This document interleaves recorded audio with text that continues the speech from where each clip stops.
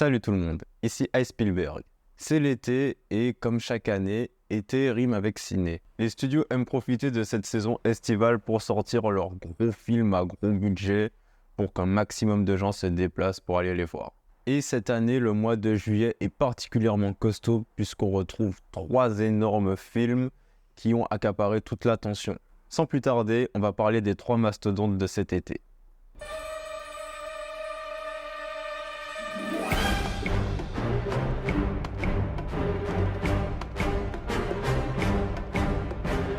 Mission Impossible Dead Reckoning Partie 1 est le 7e opus de la saga Mission Impossible au cinéma.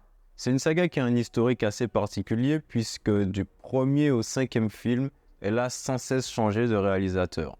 Le premier réalisé par Brian De Palma était très orienté espionnage. Le deuxième réalisé par John Woo était beaucoup plus orienté action. John Woo y a insufflé son style très axé sur les ralentis et les effets stylistiques. Le troisième volet réalisé par J.J. Abrams récupérait ce côté action en le mettant plus au goût du jour. Le quatrième volet réalisé par Brad Bird a une fois de plus remis la saga au goût du jour avec un style beaucoup plus épuré. Et c'est finalement Christopher McQuarrie qui a pris les rênes du 5e opus, toujours dans cette idée de remettre au goût du jour la saga. Pour le 6e volet, on a encore un réalisateur différent puisque pour la première fois de la saga, le réalisateur précédent est engagé pour tourner le suivant et son contrat sera renouvelé pour le 7e et le 8e film. C'est donc Christopher McQuarrie qui nous propose son 3e film Mission Impossible. Alors j'avoue qu'à la sortie du 6, je trouvais ça dommage de briser la tradition du changement de réalisateur à chaque film.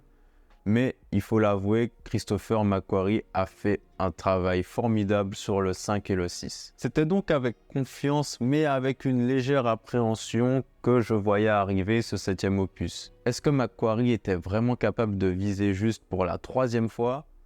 C'était la question. Et la réponse est un peu décevante. McQuarrie n'a pas réussi à réitérer l'exploit une 3e fois. On ne retrouve plus les qualités qu'on trouvait dans le 5e et le 6e opus. Là où McQuarrie avait réussi dans le 5 et le 6 à bien doser action, espionnage sans trop en faire, puisqu'évidemment, il faut toujours faire plus spectaculaire, plus grandiose, sans tomber dans le ridicule. Pour ce 7e opus, je trouve qu'il en a un peu trop fait. Certaines scènes d'action sont trop longues, et surtout les antagonistes sont beaucoup moins intéressants. Passer de Solomon Lane, interprété par Sean Harris, et Walker, interprété par Henry Cavill, à une intelligence artificielle, pour moi, c'est le gros point faible du film. Le méchant, c'est une IA. Alors, il y a bien le personnage de Gabriel qui est censé être un peu son serviteur humain, mais il n'est pas très intéressant, il n'est pas très bien développé. Vraiment, on est sur un downgrade en termes d'antagoniste, clairement. Parmi les autres points que je regrette un peu, on peut retrouver le personnage d'Ilsa qui, je pense, méritait mieux. On a aussi un nouveau personnage interprété par Pomme Clémentieff, mais alors elle sert vraiment à rien. C'est un personnage qui se la joue psychopathe, un peu en mode Joker, mais elle est tellement pas développée que ça n'a pas vraiment d'impact. Ça me fait un peu penser au gros ratage qui était la suite de Kick-Ass, qui introduisait de nouveaux personnages très excentriques, mais qui étaient pas très intéressant et qui donnait lieu à des scènes un peu inutiles, voire what the fuck.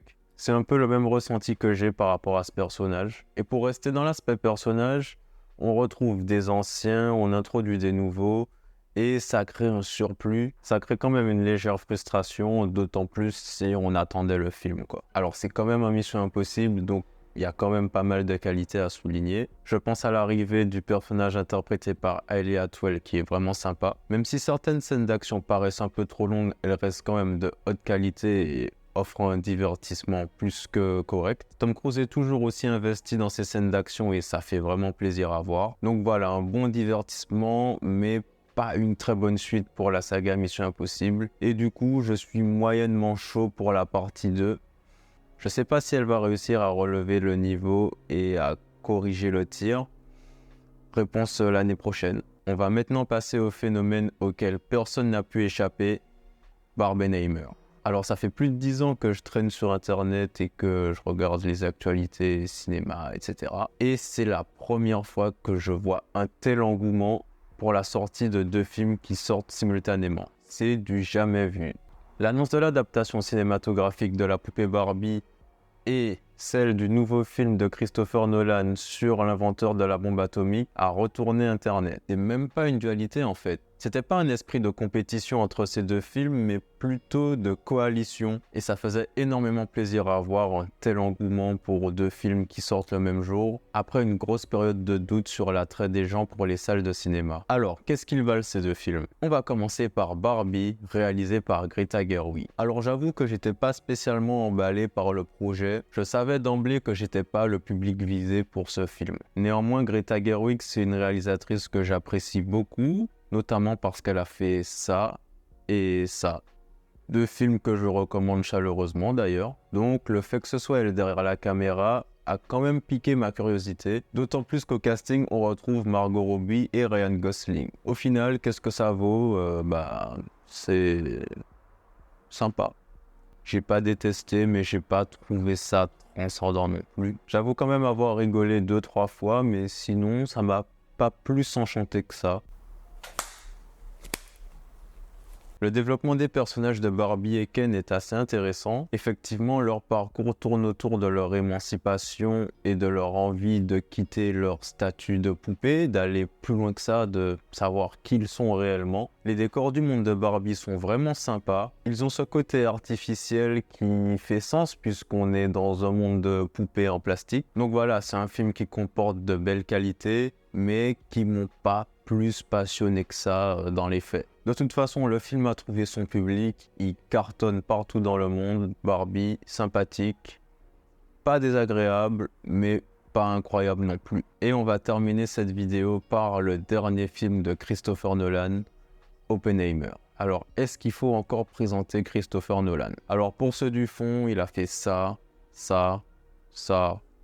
Voilà, ça se pose là. J'avoue être sorti de la salle un peu décontenancé. J'étais un peu déçu au premier abord et mon avis sur le film a quelque peu évolué. Pourquoi j'étais déçu au premier abord? Parce que je trouvais le film un peu trop bavard. Alors j'ai rien contre les films bavards, hein. Simplement lors des discussions, j'aime bien maîtriser le sujet, savoir dans quel contexte on parle et comprendre de quoi on parle tout simplement. Et je trouvais que dans le film c'était assez compliqué de tout suivre et de tout maîtriser. Le film ne donne aucun indice spatio-temporel. Alors évidemment, on sait où on se situe par rapport aux événements historiques, mais je veux dire dans la chronologie du film, c'est assez compliqué de se repérer, il faut vraiment être attentif chaque seconde. C'est un film qui demande de l'investissement, et avec le recul, je me suis dit que c'était finalement pas un mauvais point, que c'est juste un film qui en demande beaucoup, mais parce qu'il est riche et parce qu'il a beaucoup de choses à présenter, tout simplement. Alors le film raconte l'histoire de l'inventeur de la bombe atomique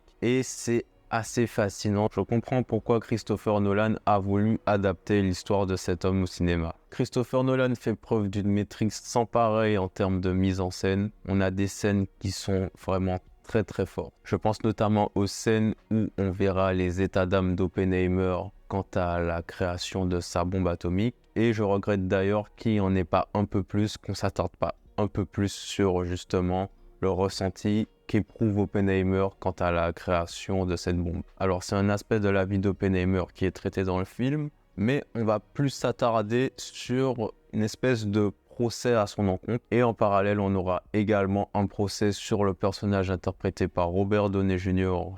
qui est fantastique dans le rôle. Christopher Nolan lui a vraiment proposé un rôle qui lui permettait de sortir un peu de l'image de Tony Stark qu'on a de lui depuis plusieurs années. D'ailleurs, tout le casting est excellent, les acteurs sont fabuleux dans leur rôle. La musique du film est elle aussi vraiment splendide. Je pense que Christopher Nolan nous a offert ici un grand film qui va continuer à faire parler de lui dans les années à venir et qui va fasciner un grand nombre de spectateurs. Christopher Nolan s'essaye ici à de nouvelles idées de mise en scène qu'on n'avait pas encore vues dans sa filmographie et ce sont des essais qui sont parfaitement réussis car ces scènes ont un impact fort et viennent vraiment toucher le spectateur. D'un point de vue technique, c'est vraiment parfait. Je pense notamment au son. On sent vraiment que l'équipe du film s'est investie pour que le bruit des essais nucléaires soit le plus proche de la réalité possible et c'est vraiment une expérience à vivre en salle avec un son optimal. Donc voilà, Oppenheimer, c'est la nouvelle bombe de Christopher Nolan qui mérite clairement le visionnage. Ça y est, c'est fini, on a passé en revue les 3 mastodontes de l'été. J'espère que vous avez aimé la vidéo.